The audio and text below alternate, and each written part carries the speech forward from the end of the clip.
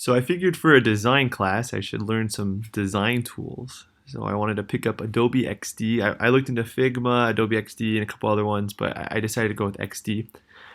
I've seen a lot of y'all make some awesome mock-ups and web apps and normal apps, and I just really wanted to jump ship and try it out. So I watched some tutorials, and then I learned that there's a billion things you can do with XD.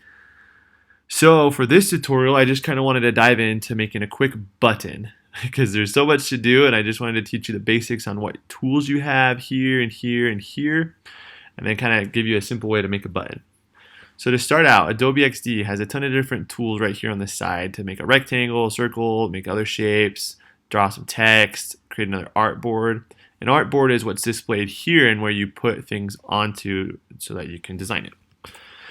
So also with them though, you can see there's some short keys like pressing R or pressing T or pressing Z for zoom, different short keys to do different things quickly.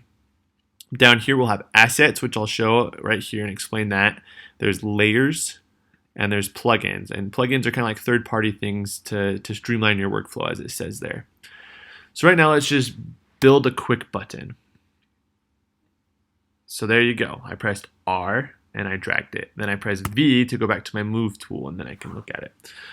So as you can see right here on the right now, there's some vertical and horizontal alignment. There's components for the sizing, for rotation, to have it be transparent down here, mark background blur, fill in the color. There's a ton of different attributes right here in this right section that you can do.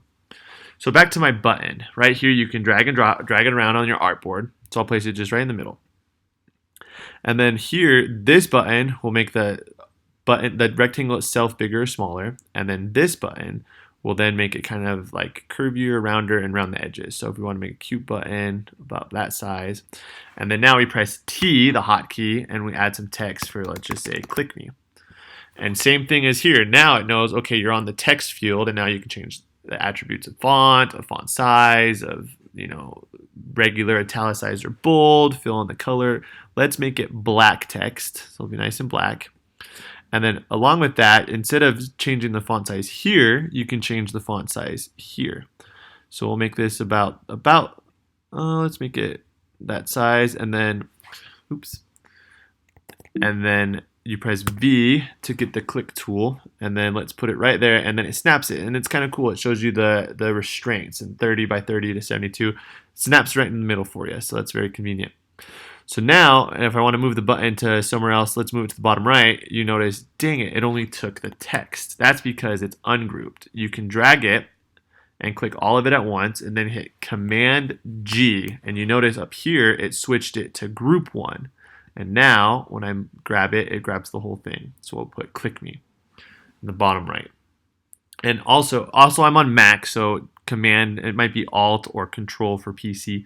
If I want to undo it, I shift click both things and do Command Shift G, and now they're separated again.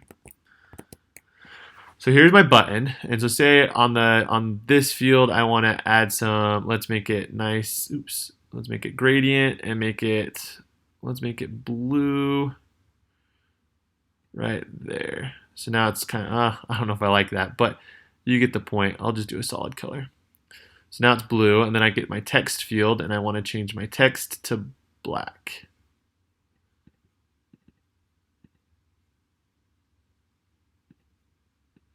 So there we go. Now we have a cool little button down there. And now to go back to assets and layers. So an asset, if we like this color scheme a lot, we can right click on it and click add colors to assets, and it populates it right here. So if you ever let's say I make this and I want to have this be blue, I can just click whatever colors from the color schema that we added to components. So that's kind of cool. Then also, if we want to add the whole button and the rectangle and the text all together, since it's a group, you do Command K, and it makes a component. So now the component, when I drag it out, it makes exactly the same everything. And the master, the first one you make, what's kind of cool with it is when you change something, it changes everything on the whole button at the same time, or whatever the component is.